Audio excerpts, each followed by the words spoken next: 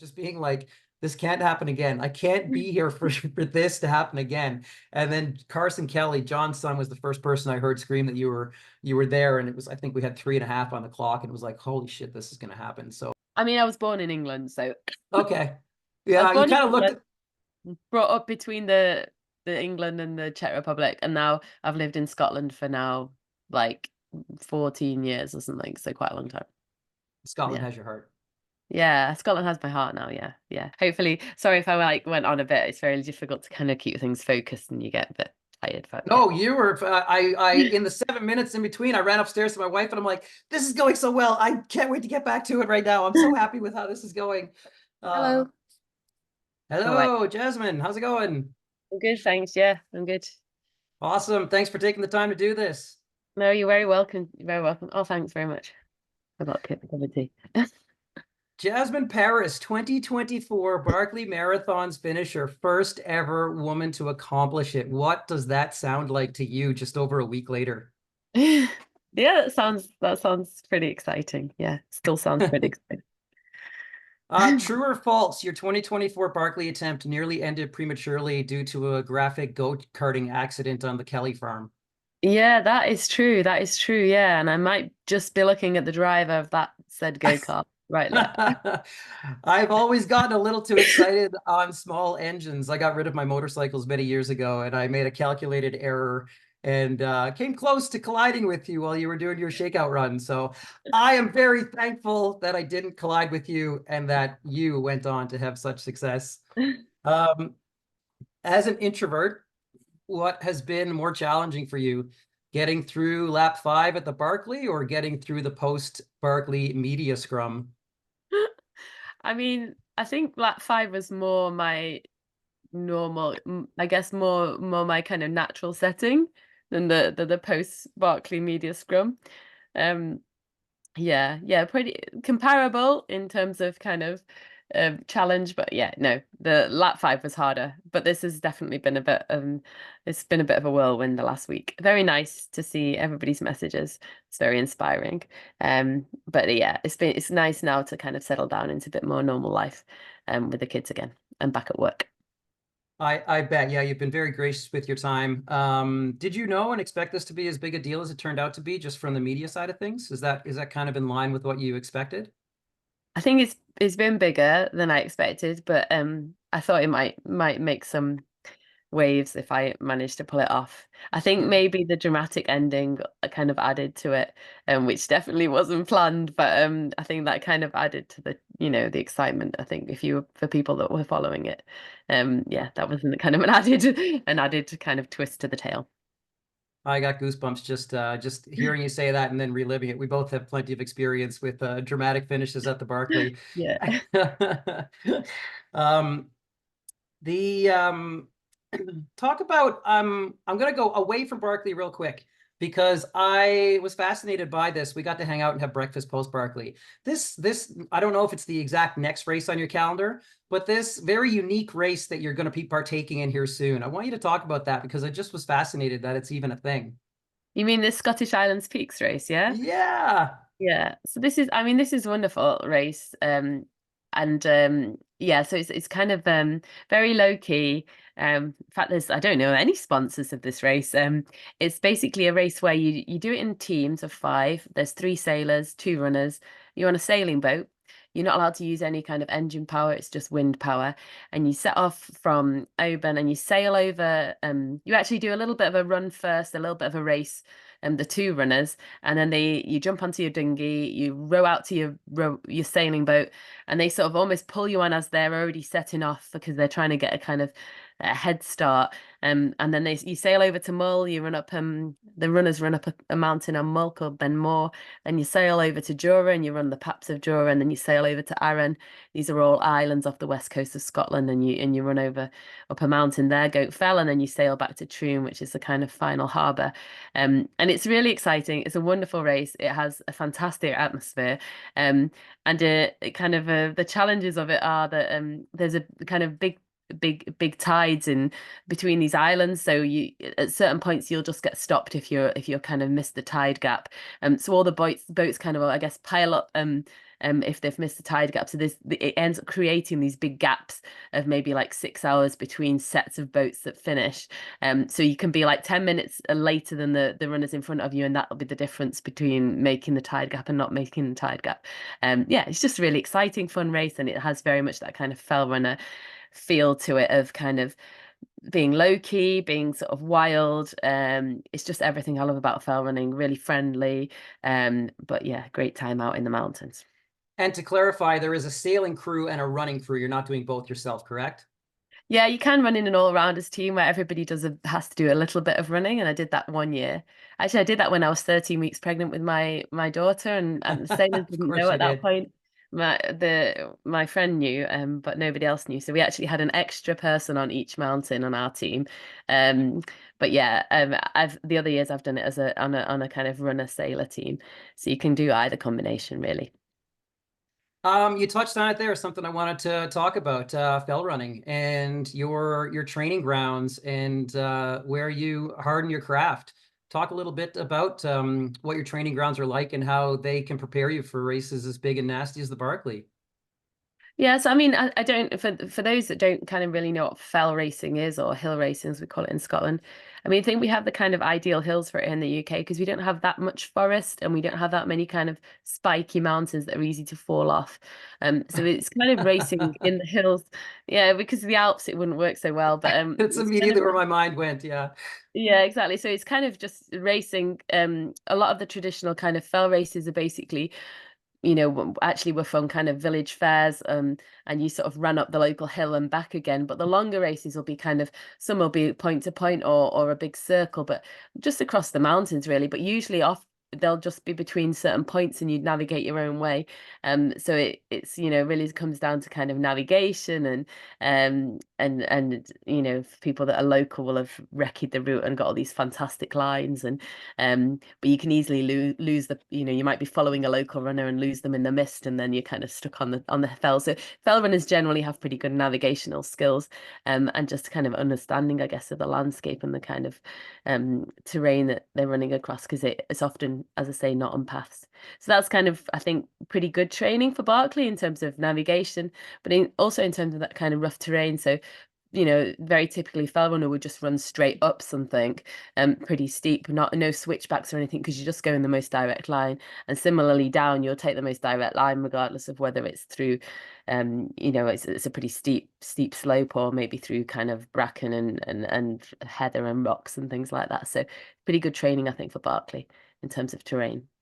So, what was your childhood like, just in terms of where you grew up and what your family life was like, and what were the activities that you kind of partook in as a family when you were younger? Yeah, so I did. Firstly, I'm half Czech, so my childhood was kind of spent mostly in the UK, but kind of summer holidays and Christmas. Usually in the winter, we actually went there for like a couple of months and went to school there. So between the two places, and we've got a house in the hills there in the kind of the mountains. We actually had to hike back, to and from school there, right up the hill to our cottage. So basically, I spent a lot of time outside as a child. My parents, especially my mum just to be out. We were always outside with her and kind of rain or shine. Yeah, I always, in fact, I still feel sort of guilty if I'm out inside and it's sunshine because it seems like one should be outside if the weather's nice. And especially some holidays, kind of barefoot in the woods, like gone from, early morning till lunchtime, then came back to eat and then gone again type things. So very kind of wild, free childhood, and then did a lot of hiking with my parents, like quite young, like 6 or 7, kind of hiking with rucksacks of our own, wild camping out beside rivers, under the stars, that sort of thing. In Scotland, that's sometimes a bit risky in terms of midges, so there were some definitely bad kind of midges, these Explain, like I know, little explain what a midgie is, just for those that might not understand the term. yeah, midges are these like little Scottish flies, like bite. And in isolation, one midge is not too bad. But the problem is they sort of like cover you. They can literally like cover your. I remember like a very kind of vivid memory from childhood. He's lying in a bivy bag, and it didn't have a zip. It was just one of these kind of roll up ones. And I remember lying like holding it shut like this and watching the midges like all on my arm, biting me. And then we got up I mean, yes, this is the one of the worst memories of kind of wild camping. And I remember getting up at like 4 a.m. or something and setting off hiking. And then we finally sort of found some lake to lie down beside at lunchtime and slept for like 3 hours or something. So and the next night we slept on top of a summit so that it was breezy and we didn't get midges. But yeah, so that's kind of like my background and as a child. And then when we were older, I think me and my brother we just had this love then of hiking. And once we could do it ourselves, we went away to we'd kind of go away to bigger mountains and we were sort of in different places in the world and kind of doing different things, but it was really nice actually that we came kind of together at least once a year and did these kind of big trips and generally hiking in Europe, like places like Romania. And we just go and if we actually often took a sleeper train across kind of from the Czech Republic, for example, where we were, and we'd yeah, just go camping for kind of 10 days, 7 to 10 days, carry a big rucksack, take everything with us so that when you set off, it was like really heavy rucksack, but it got lighter as you ate your way through the week. And the aim was kind of generally not to see anybody. So you might see a few shepherds, and that would be it. And you'd kind of walk these fantastic hike these fantastic places and yeah, just sleep under the stars, see the sunrise, sunsets. And I guess those are kind of adventures like you'd be stuck in a storm or something, or somewhere high. And I don't know, it's just kind of I think that's kind of all that mountain craft that you learn and sort of that those kind of skills, but also that love of those places and those adventures. That's definitely still what I love. That's kind of what brings me like great happiness, being in the hills and get going, like being a fell runner just takes me into the hills every day and gives me that kind of little bit of a taste of it. But I do sometimes long for those big mountains and have nostalgia for those kind of trips where you were free to go for that period of time and just get lost in big mountains. Yeah. Well, it's very obvious. I mean, you're just glowing by even telling these stories. And I'm glad I asked the question there because I was speaking with Jared a couple of days ago on an interview as well. And he posed the question. I said, if you had a question for Jasmin, what would it be? And he, raising two daughters, 9 and 7, was very curious as to your own upbringing because he aspires to raise powerful women in the world similar to yourself. So I thought it was a really good thing for us to touch on. Speaking of which, I think you're taking off on a camping trip shortly to escape everything next week, maybe. Is that right? Yeah. So it's the Easter holiday right now. So yeah, we're lucky my mum's still around helping out with the kids, but this week, but next week we're going away. Yeah, gonna go camping and I'm gonna leave all the kind of paraphernalia Tell us connected to exactly where you'll be the going so we can all descend on you and continue to bug you here. no, it's still open. It's still open, but basically probably somewhere in the Lake District or Peak District, but somewhere where we can kind of hike from the tent and because the kids are getting pretty good now at kind of hiking up mountains, and it's just It's nice fun, to eh? kind of spend time outside in the hills together. Yeah, that's exactly what we pursue as a family as well. It's really fun to hear that. Was there much of a reception when you arrived back in the UK here? How was it? Yeah. I mean, it was so nice getting home. I mean, my dad met me at the airport. There was some us at the airport, Conrad as well. Conrad kind of quickly avoids any kind of media stuff, but my dad was yeah, he just like walked straight through. In fact, I think they didn't realize he was actually on holiday with me. They thought he'd been waiting at the airport. They didn't even notice him. But Conrad, yeah, but my dad, my dad was yeah, very up for an interview, which was lovely, and he got all choked up when he was talking about the finish. And then my mum was kindly collecting the kids from school at the same time as we just arrived back, so that's why she wasn't there. And then yeah, it's been lovely coming back to work. I do kind of a mixture of research and clinical work, and I got a big cake in both places, so there's been a lot of cake eating. So, and it's just As yeah, there should everybody's be. very excited. Everybody's been very excited and very kind. Yeah, and it's sort of I feel a little bit embarrassed really about all the attention, but yeah, it's been very nice. Yeah, I know all more than well deserved. I have a workmate in my office space here, one of our two cats that likes to kind of claw at me. So she wants to say hi to the veterinarian that I'm talking to right now. Uh, the Laz's words, um, a woman will never finish the Barkley Marathons. When did you first hear those words, and how did those influence your own personal Barkley journey? I feel like I heard those even before I heard that Laz.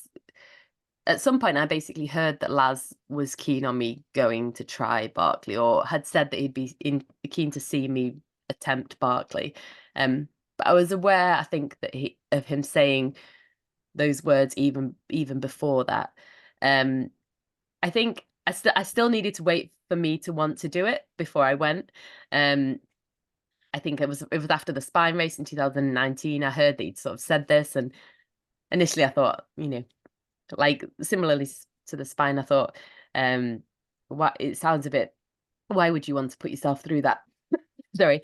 And then it sort of grew on me the way that Spine grew on me, and suddenly I just wanted to do it. I was super excited by it. But the fact that Laz had said that just was kind of an added kind of temptation, making me want to run it, I guess, because any time that I'm told that I can't do something, it sort of immediately suggests to me I want to prove that I can, if it's that sort of situation, yeah. Especially if it's something where I'm told as a woman that I'm not be able to do it. So yeah. And I think Laz was actually just saying that because he wanted to kind of, I guess, kickstart that instinct of someone wanting to prove him wrong. So I think he, I think it was kind of calculated. I think he wanted a woman to finish. So I think he was a little bit kind of um yeah, kind of I would trying to agree. get someone to take on the challenge. Yeah, I did also always consider it to be more of a challenge to the people that would be able to step up, and to really incite a little bit of fire in those that might have a chance. And certainly what I saw at the finish, and I think you experienced, was he was as excited or more for your finish than anybody else's. So I think he's incredibly thankful that he got to see a woman finish the Barkley Marathons in his lifetime. And you gave all of us a very special experience there. Let's talk about your journey into the Barkley Marathon. So when did you first learn of it? And as you said, you had to accept that maybe this was something. Why would you bother? Well, you had to find a way, or come to terms with the fact you were going to kind of dedicate time to this, knowing it would be a long-term pursuit. When did that kind of shift for you, and what was your takeaway after your first go at the Barkleys where you got a fun run? So yeah, as I say, I sort of learned about it. I knew about it um some time ago. So you're still there. The picture I'm disappeared for a sorry, second. my cat asked to be let out. Yeah. Cat again, yeah. No worries. Yeah, I've known about the Barkley for years. I guess once people started mentioning to me after the Spine that Laz kind of had said that he'd be keen for me to go, I guess I started thinking about it. At least there was a little voice in my head, and then it just got louder. And I think the kind of key thing was that I had my son, my second child, was born in 2020 in the summer in COVID, and then it was sort of the next year, I don't know, spring, summertime, that I suddenly realized that I wanted to do Barkley. And it was like, and it's the same thing actually that happened with my daughter after I'd had a baby. It was like that period when you're sort of coming back, and it's a difficult period as a woman because you might be competing kind of quite high level and feeling really fit and good, and then you have a pregnancy. And actually with my daughter, I was able to run through that. With my son, less so, because I kind of all the kind of various pregnancy things, and it was harder to run. And then you obviously then you're breastfeeding a baby and you're trying to get fit again, and for me, having the Spine after my daughter and then having Barkley was just like the perfect thing to kind of get me back into it. It was just, I needed something to be excited again about, like something to be a real challenge, but I want to ideally. interject super quickly here. We have one child. When our son was born, my wife said to me, I want to run the Fat Dog 120 miler next year. And this was, it would be 3 days before our son turned a year old. And internally, my mind said, what the hell are you thinking? And externally, all I said was, that's wonderful, babe. Let's get you there. And she did, and she finished. So I've lived that on the other side of totally understanding that having that big goal to get back at it is really important. Yeah, so you totally get it. So and I think actually in some ways having a different goal than something that you've done before is a really good thing, because then you're not comparing yourself to what you were last time you did it before you had that kid or whatever, and it's just something new and it's a real challenge that you can be excited about. And that's just how I felt about Barkley, and I knew that I needed to feel like that before I went, like, because lots of people had said to me about it before, and it was something that was there in my mind. And I thought it might happen, and then it happened, and it was just like a switch, and then suddenly I was like, I'm ready for it. I want to do it. Yeah. So then I went, because you can't go to that race without being like 100% committed to doing it. There's no point. Yeah. So otherwise you just turn around and go home, or you just drop out. So then I went the first time, and it was quite a kind of eye-opening experience. I like when I think about how much I kind of, I guess on loop two on that year, kind of I did okay on loop one. There were still people around, and then that was the year that on loop two it like rained all night and it was super heavy, and like most of the field dropped out overnight. Several people got sort of pretty hypothermic, and I think lots of people just didn't have enough gear with them. And I was out on the course with Thomas Dunderberg, and I just remember him like we sort of running together. We found each other in the mist somewhere on kind of Leonard's butt slide, and he had these gloves, these waterproof gloves, and every so often he'd pull them off and all this water would run out of the waterproof gloves, and then he'd stick them back on, these mitts, and it was just a sign of like how much it was raining. And then in the end I managed to come back and just get a fun run in. And I had a similar ending to your ending, I think, of your kind of fateful finish. But I managed to not come in. I kind of managed to kind of get back on track and get a bit earlier and come in the right side of the gate. But it was I mean it was also a bit stressful. But at that time I think I finished with maybe like 7 minutes or something to spare. I had several minutes. It wasn't down to 99 seconds. But that was the first year. But I came away from it thinking, yeah, I messed a lot of things up. But I think that if I got it right, then I could finish it. And I guess that was the start of this kind of love affair with Barkley of 3 years duration. Which is kind of the sweet spot for the Barkley that I've often said to people is it does typically take at least 3 years for people to reach their finish line. And if you can have that nice crescendo through 3 years, it's really rewarding. It's challenging if you go beyond that to kind of keep the fire, Yeah. because as you've identified, it kind of has to be your everything. It is a little bit overwhelming how much of your life becomes about this race. Yeah. So you returned for your second iteration and made it to lap 4. So what were the learnings that you maybe took away from year 2 at the Barkley after making it that much further and becoming the first woman this century to start lap 4?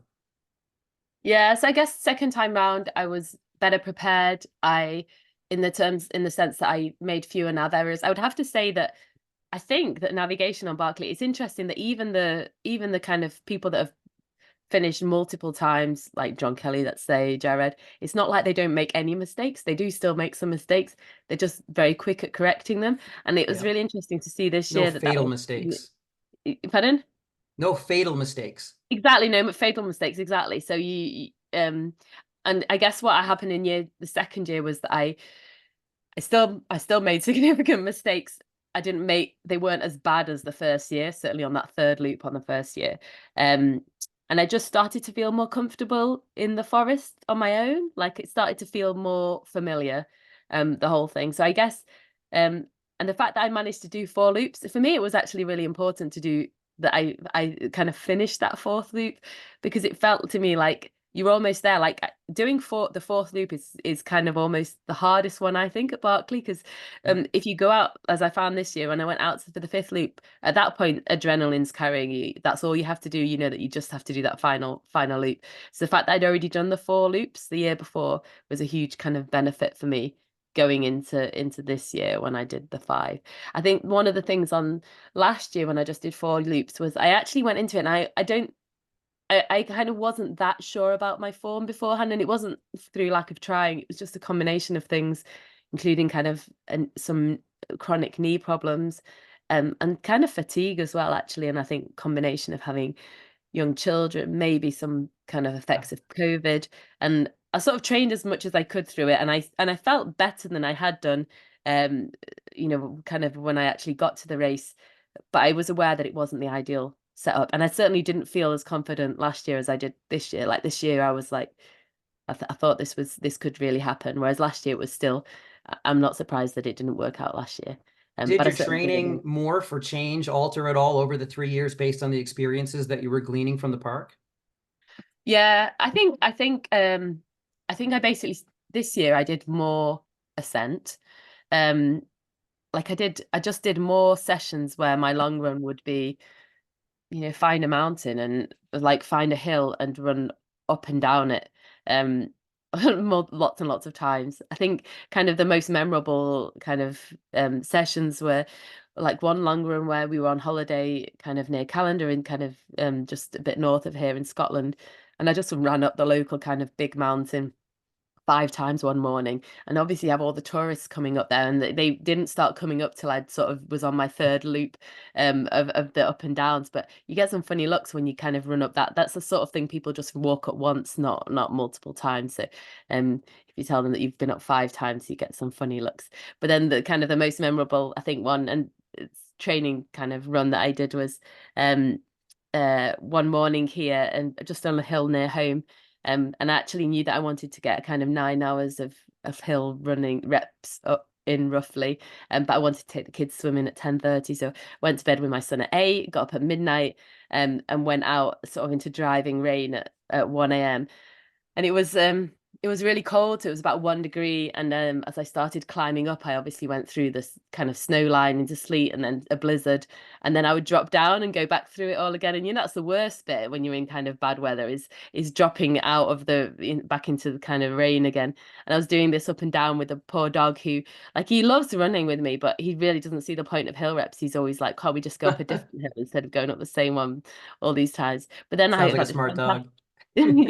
then I got this fantastic, starry night when it cleared, and it was a fantastic snowy morning. And then I did take the kids swimming, and I just had this like, this kind of like real inner warmth that you get when you've done something like that, because it feels like you've had an adventure, and the rest of the world have just been in bed asleep, and it gives you like real self-confidence that you did that. And it was really miserable to start with, but then you kind of got the reward at the end, that kind of incredible snowy morning and that sunrise that other people didn't see, and you'd been out there through all the kind of blizzard and stuff.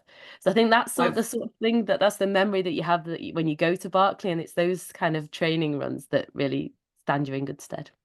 100%, yeah, and I've experienced the same thing living at sea level and having 1,000-meter peaks to train on, going through that zone at that time of year. And I always felt that those of us that can train in those conditions, we're actually setting ourselves up for success at our attempts at the Barkley, based on those who might be training in the desert or somewhere that doesn't involve that. Because, as we all know, the Barkley can be quite nasty with the weather when you get there. And if you've experienced that already, to your point, you have the confidence going into it that you know how to handle it and manage your body as well. Confidence is earned, and you certainly had every right to be confident going into the race this year. Did you feel like, so you had the confidence at the start that this might be the year? Did you feel like you had to approach it any differently from the start this year than you had previously? Yeah, to be honest, like realistically, there were a few things. I even wrote in my kind of application essay to LAS this year, something along the lines of, um, you know, year one, I did my fun run in 40 hours, year two in 36. By that means this year I should be able to do it in 32, which will give me 28 hours last to do the last two loops, which I think would just be just fine. Um, and it's ironic because, well, I mean, that's basically what happened. And I guess in my head that's what I had, like, that was the plan. And realistically, the plan was to try and stick with people more. The big advantage for me was that the first 2 years I spent a lot of time running on my own in the first 2 years. I guess I did 7 loops, 6 only counted. But of that, I think I calculated that 4 of them I was pretty much on my own.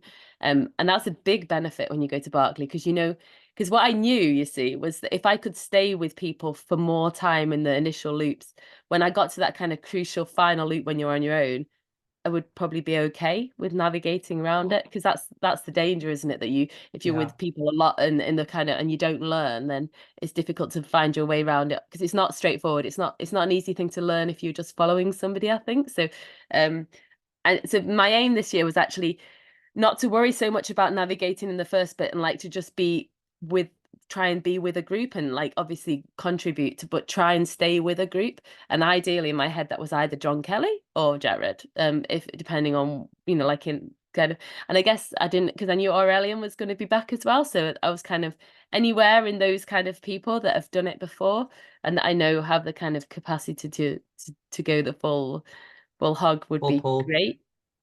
Yeah, so I was just aiming to try and stay with people. And at the start So, you don't yeah, go on. oh, I was so yeah, I mean, by all accounts on the sidelines, and hearing accounts from people that were in the race near and around you, you did fall off the pace a couple of times through the first 4 laps. When that is happening, are you aware that it's happening? And how what's going on internally at that point? Because what's super impressive is I know how many times you in 5 laps at the Barkley had to refuse to quit on yourself and had to tell yourself, no, no, no, no. Now I just am going to step up and I'm going to fix this. And you never once quit. You wouldn't have made the finish line if you did. Were you aware as early on in the race when you did fall off the pace a little bit that that was a make or break point where you had to change the outcome immediately? I guess, I mean, I think Barkley's like a long race. You've got time for things to get better again when they're not going so well. But I guess what you need to do is keep pushing. So the first, I guess I can take you through kind of the big moments. I think the first loop, I was sort of between people a little bit at the fire tower. I could see John Kelly and Damien and Ihor ahead of me. I managed to sort of catch them and was with them for a bit, and then lost them kind of climbing the last summit, and they came into camp before me and left before me. And I actually didn't know that I was going to be able to catch them. I thought that probably they were gone. And then I just had this fantastic period where I like just came to life and I felt really good. I nailed the lines. And suddenly when I was going back up towards the tower, there they were in front of me, like just within reaching distance. And I just like powered up the climb and caught them. So by the time we kind of reached the water station, I was with them, and that was like a real plus, yeah. And like even John sort of said, you crushed that climb, and I felt really good, and I was feeling really good. And the irony is that we then kind of the minute I was with them and I relaxed, we sort of took slightly the wrong line, and you know, and missed where we were supposed to be going. So, but it was still so good to be with them for the rest of that kind of loop two. And then on loop three, yeah, you're right. I kind of I felt pretty bad again.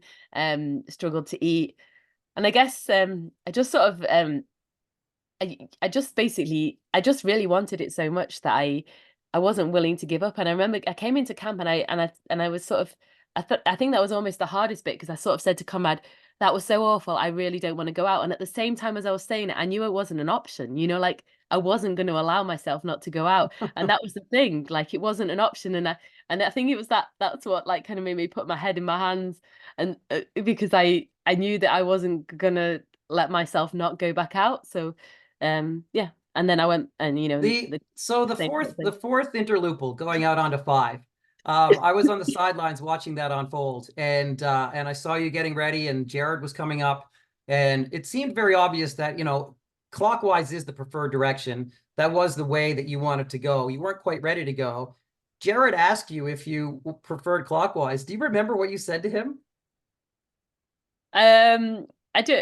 I mean, did I say that like whatever to he You was gonna. basically said, no, I'm fine. And then immediately I was like, Jared, come here. And I pulled Jared over to the side and I said, Jared, she wants clockwise. She's just not going to ask for it. And he said, okay, cool. Thanks for letting me know. And then he stepped back out and he was like, hey, you're about ready to go? And you were like, yep. And Jared wanted to give you clockwise 100%. And right. And all of us wanted to make sure that happened. But I couldn't believe that I saw a moment where you basically almost gave it away when Jared really wanted to make that happen. And it was so cool to see the way that the experienced Barkers, John and Jared, were assisting those that were going for their finishes. John doing the same thing for Ihor and Damien.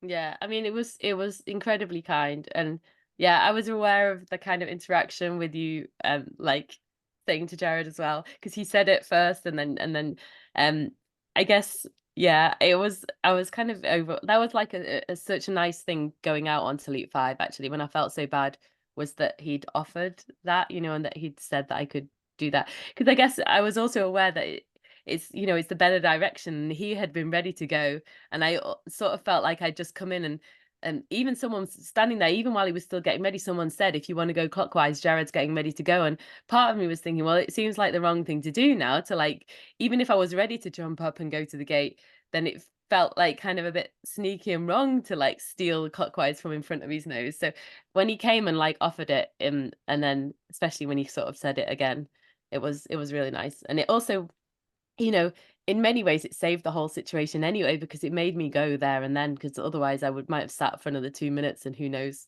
the rest would have been, Yeah, who you knows. had 99 seconds at the Yeah. end. But I was feeling pretty bad. I mean, I kind of stood up and tried like threw up my rice pudding, wiped it on the side, and then went, so it wasn't yeah, it wasn't like it was the best moment of my my, my Yeah, racing that career. um you're out on 5. We get a report you've gone through the tower, and it was 3:37 or 3:39 that was left on the clock. I don't know if you remember off the top of your head. The last time you had gone through in the clockwise direction, you were 4 hours from the tower in. So the general consensus at camp was that, good try, but not quite.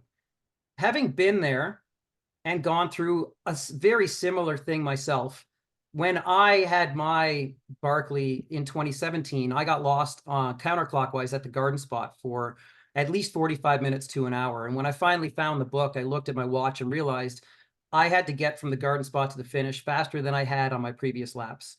And that's another moment where you have to make the decision of if your race is over or if you're going to fight harder than you ever have before in your life. I knew when you went through the tower with that time on the clock, you were going to find a way to make it to the finish line. What was that like for you internally to know you had to finish that last stretch of the race faster than you had gone in 36 hours? Yeah, I mean, I was kind of like running on adrenaline when I got to the fire tower and there were people there. I guess I didn't feel like it was all over. I felt like it was going to happen. Um I guess I was kind of I was moving scared. Like I was aware of how close it was, but at the same time, I really believed it was going to happen, and I was feeling like I guess it was all the adrenaline, but I was feeling good. Like I was feeling like I was running again, and I was kind of excited by it. It felt like I was it was like that moment, the sort of feeling like you could whoop, as you were like going because you were like, we're gonna do this, it was that sort of feeling. Um, it's really good that I didn't know kind of what everybody's thoughts were about that I wasn't gonna make it at that point because um I thought I could make it. Like I was aware that it was close, but I wanted it so much and like compared You and everybody. I was comparing it with the kind of first loop, time-wise, because I hadn't been measuring each loop type thing. But the first loop we went faster than that from the fire tower. So my theory was I could still go slower than I did on the first loop. And like if I really want it, I'm sure I can go I can do that. That's I guess was my kind of theory, and I calculated it down to the minute, I guess, where I felt I needed to be on that next summit and then the one after as well. And so I was pushing all the time, like Oh, you every couldn't time not be pushing. You had to be every at your time I absolute yeah, threshold. every time I felt like I was slowing down on the descent, I was like, you need to push, because there was no time to there was no time to switch off. Like I had to get the best lines and I had to be pushing all the time. Was there any point from the tower in where you thought you might miss? Yeah, actually, and that really only came when I came down towards the camp. I guess when I was descending from Chimney Top, um, when I went up to it just seemed to go on forever, and I thought I had enough time, and it wasn't till I kind of crossed the road and got on that last little bit of trail that runs alongside the road up to the bridge. And then suddenly, it was really quiet. In my head, I guess I'd imagine there was going to be people still in that car park, where people kind of can be gathered and around that kind of playground area and things. And there was nobody. It was like desolate. It was like a ghost land. And it was almost like suddenly I felt like maybe it almost felt like it's all over already, it's all done.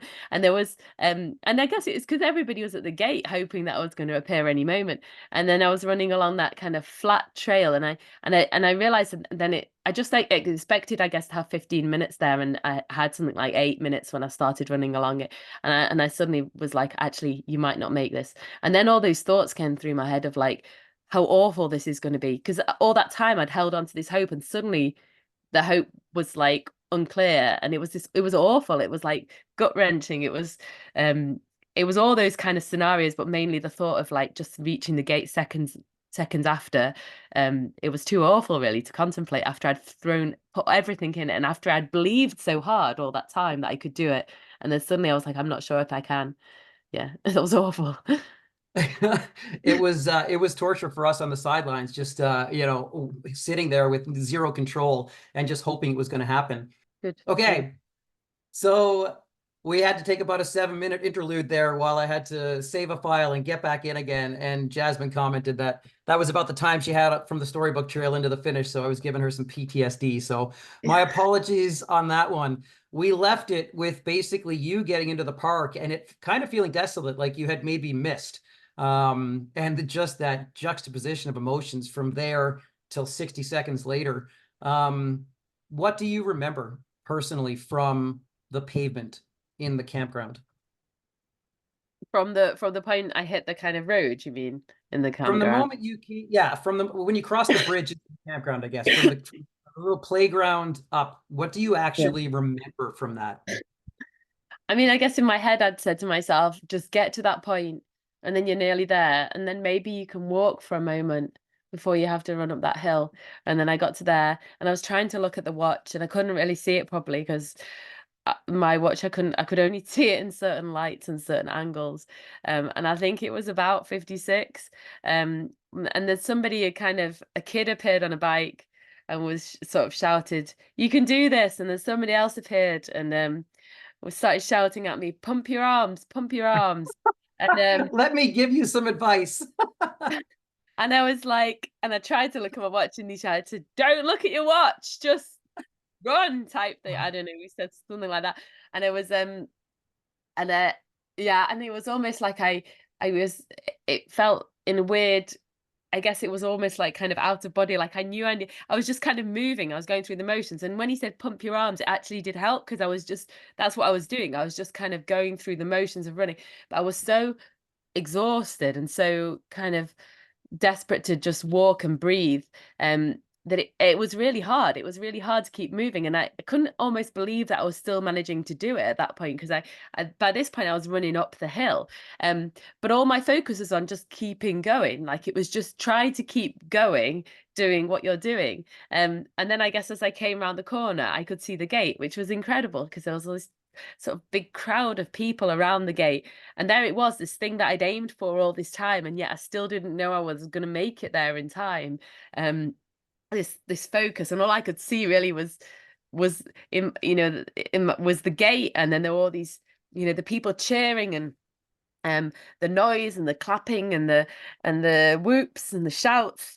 But it was all my focus was on the gate, and it was just this kind of just keep moving. And at the same time, I had this thing going through my head of like, you're going to be seconds over, you're going to be seconds over, and it's all going to be over, and you're going to have to do it again. And that enormity of the idea of doing it again. And in some ways, it was almost like I sort of said, like, I'm going to, like, I guess at that point, my body was like, I'm going to push, or and I'm either going to collapse or I'm going to make it to the gate. I'm just going to give it 100% of everything I have. And I found some extra level that I definitely have never tapped into before because I managed to somehow sprint. So like I actually got faster. And it was almost as if I was saying to my, like, I can't keep this up anymore. I can't do this pace that I've been doing, this movement that I've been doing, this repetitive movement. I can't do it anymore. So it was almost like, well, go faster then.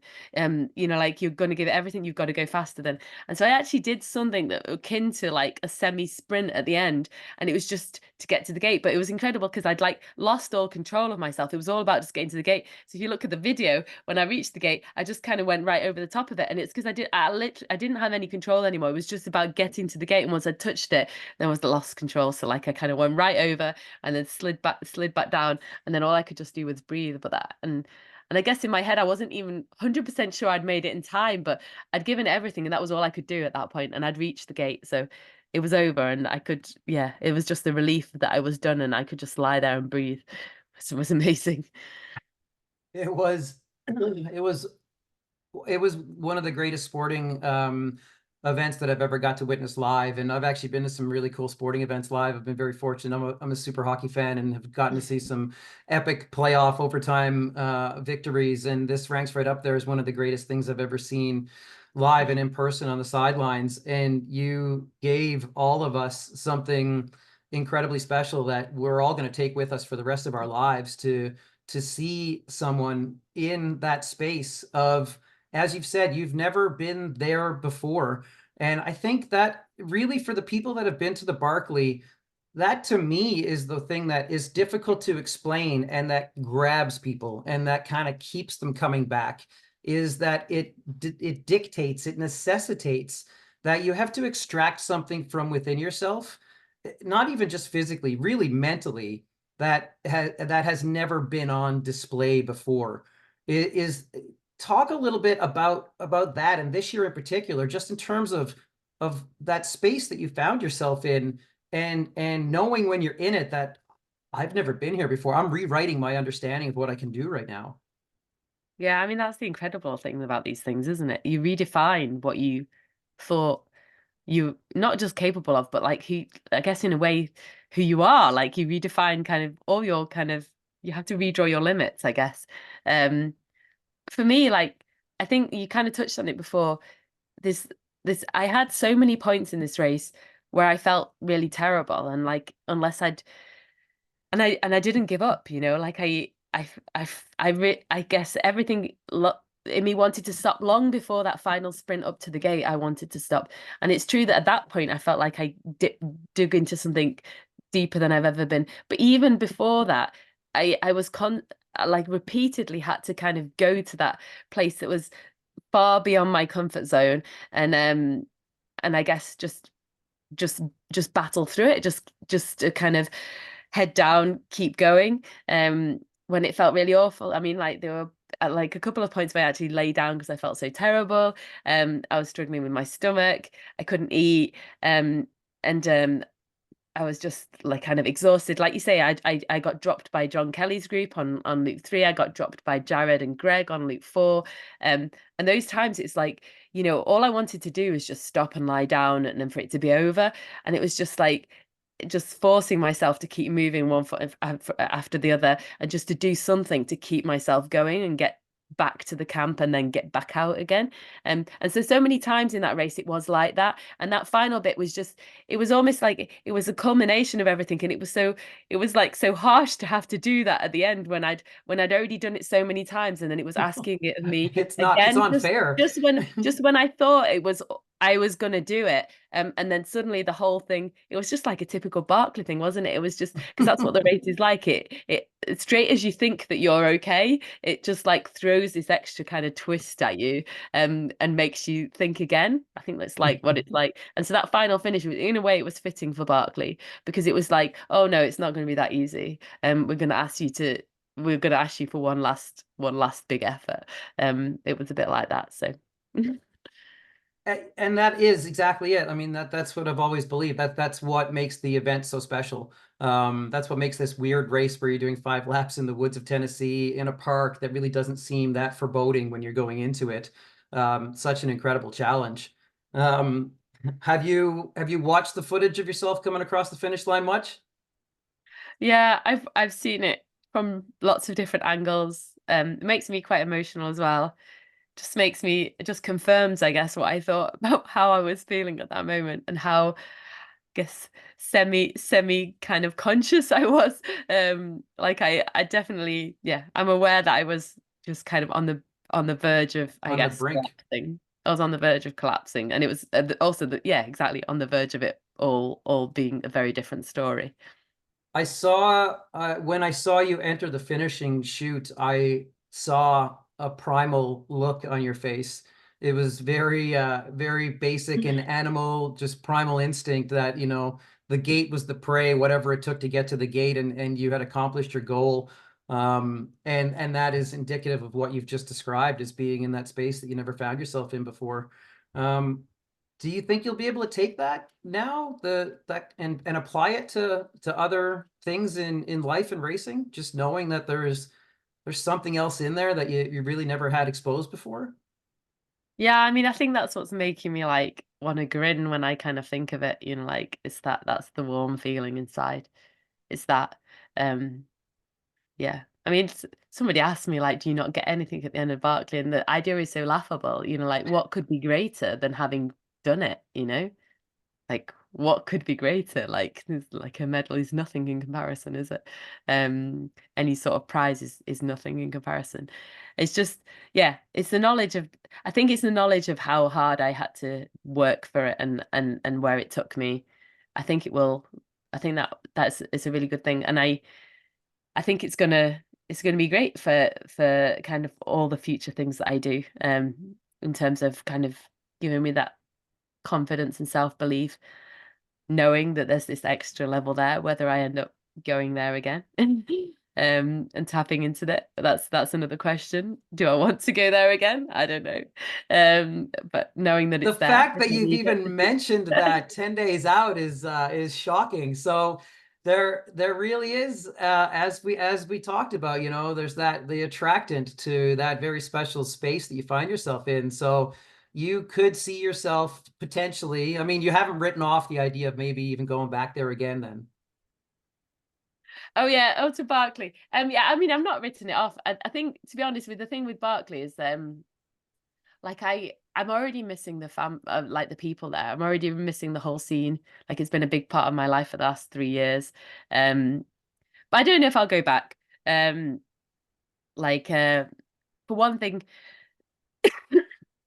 I don't know. I'm kind of interested. To be honest, I'm quite intrigued by John Kelly and Jared, how they can keep that motivation up to keep going back and doing it again. Because I find that really fascinating. Like I know for a fact that if I hadn't had that like burning desire to do it, that like massive motivation to do it, then I would definitely not have done it, because that's the only thing that carried me through that last loop. It's the only thing that kept me going when I was desperate to stop after loop 3. It's the only thing that kept me going when I like curled up in a fetal position on loop 4 when Jared and Greg left me in the forest.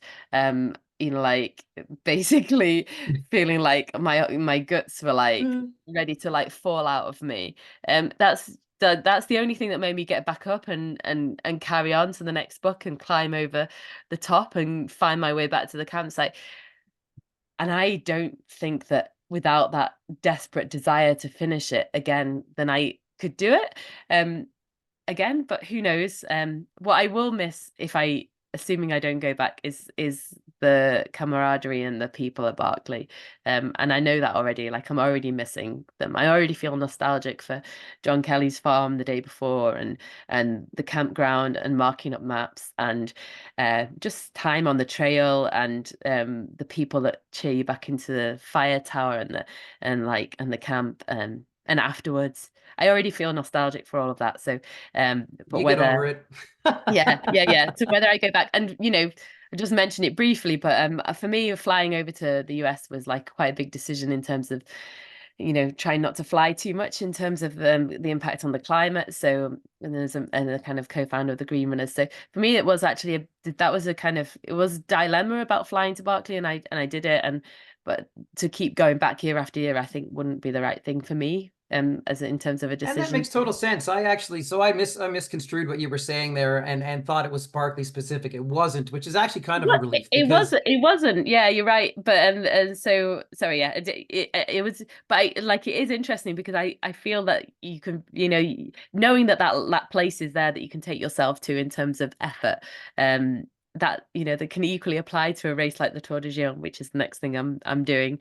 Um, but yeah, I do have a kind of real soft spot for Barkley now, and for all the reasons I've just mentioned. So I'm not going to write it off as never going back. But it's not probably going to be in the near future. yeah, and that makes total sense. And I'm happy to hear you say that actually. And I think to your point, I mean, even though John and Jared have now 3 and 4 finishes, if just making sure I got the order right. I know who has what, but John has 3, Jared has 4. Even for them to get there, they still had to go back into failure again, right? They weren't able to just kind of stack finishes on top of finishes.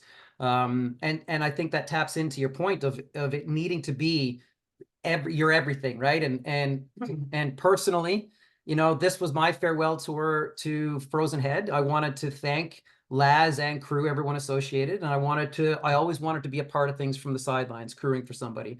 I highly recommend it because I got all of the things you just described, and I didn't lose any of my toenails. I got regular sleep when I got home, and I'm not recovering from anything physically. So Um, yeah, to your point, you can only give so much to that race, and you can't give that much to it every single year. It's just there's other things in life that necessitate your time and energy. I'm gonna have two more questions. So the first one is, you talk about it right there as a co-founder of the Green Runners. So talk us through that one a little bit, and give a bit of a shout out to what you're doing there. Great, thanks. Yeah. So a couple of years ago, a kind of group of runners, we came together and I guess wanted to kind of start to make a difference in terms of I guess informing, empowering the running community to make better decisions in terms of the climate and greener decisions in terms of their running. So we founded the Green Runners, which is just like a kind of club. You can make a pledge and become a member. There's just a small joining fee, but it's really about making a pledge and um, saying to yourself something that you're going to do to try and minimize or lessen your impact on the environment in terms of your running. And it's based on four main pillars: how you move. We know that travel to races and events is the biggest, by far the biggest kind of component of the carbon footprint of events. How you move, how you kit up, how you fuel yourself, and how you speak out. Kit up makes sense. You don't buy lots of new kit, you reuse it, you keep it going as long as possible. I actually had patched up shoes at Barkley, incredibly, and they did just fine. And a borrowed rucksack. Yeah, and then how you fuel, generally just kind of more plant-based diet, and we kind of as a family have adopted a more plant-based diet, and then just how you speak out. So the Green Runners of doing things like trying to keep out big oil company kind of sponsorship from running events and that sort of thing, called on the UTMB to drop DAS here as their main sponsor this year. So As that's an sort of event director, I have a series, Coast Mountain Trail Running, and I agree with the ethos that you're promoting there. And we try to pick one big thing each calendar year to kind of target. And a couple of years ago, the pursuit I said is I wanted us to become a carbon neutral company. And we now plant a tree for every runner that does our races. And we sometimes have agreements with local planters where we had our contributions doubled a couple of years ago. So we helped plant almost 14,000 Western red cedars right here in my hometown of Chilliwack, which was really fun. We switched all of our generators away from gas generators to battery generators. And we have a few other things in there as well, not to talk too much about my own, but yeah, definitely a big respect for what you guys are doing there. So my final question, what advice would you give to other women? I guess it's a twofold question.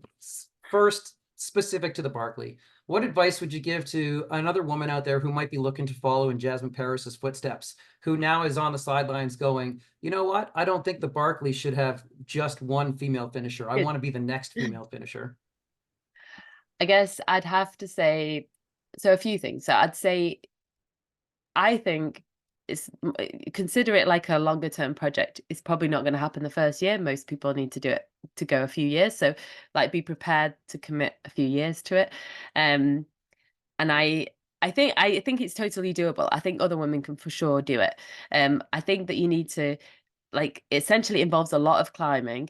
You have to be good off trail, just navigating through kind of wild forest. You have to be okay with challenges. Like you have to be okay with just being able to adapt, kind of take the things that go wrong and just move on through them. And just I guess enjoy it. You have to kind of, I think it's not a race for somebody that is used to a manicured trail and well organized events and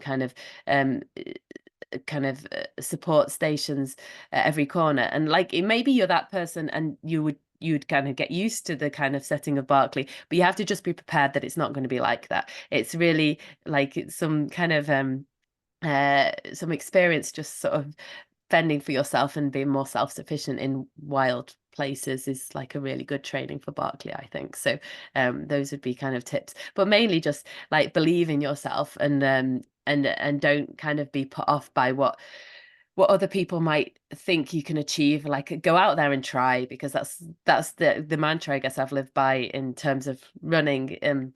Like even things like the Bob Graham, which is like this kind of challenge in the UK.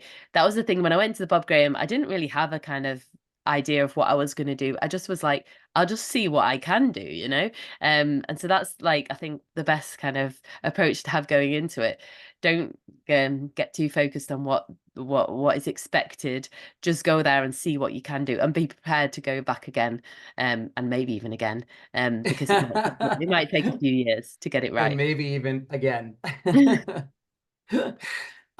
Fantastic. I really cannot thank you enough for freeing up the time to do this. It's truly an honor to get to talk to you about all of this. And again, such a pleasure to get to witness it all firsthand at Frozen Head. Jasmin, congratulations and thank you from the bottom of my heart for everybody that what you provided to us, and just a real nice glimmer of hope for what we got to saw transpire there just last week at Frozen Head. Thank you very much. Thanks. And thanks to everybody for the kind messages. Like, I'm really overwhelmed by them, and everybody's far too generous. But yeah, thank you. It's all well earned. Enjoy your camping Mhm. trip. Thanks. Yeah, and you assisted in giving me closure actually with Frozen Head. Yeah, thanks. This was my final trip to Frozen Head, and I really wanted to move on from things. I've moved on, but I wanted to be there and again thank people. But then to see, Ihor finish first, Yeah. John get his third, Jared get his fourth, Greg I don't know, but and then you, it's just like the complete icing on the cake, better than anything I could have imagined. And I feel like I've gotten to extract so much from Frozen Head that's there's nothing left for me in that park. Yeah. And this was such a nice high point to go out on.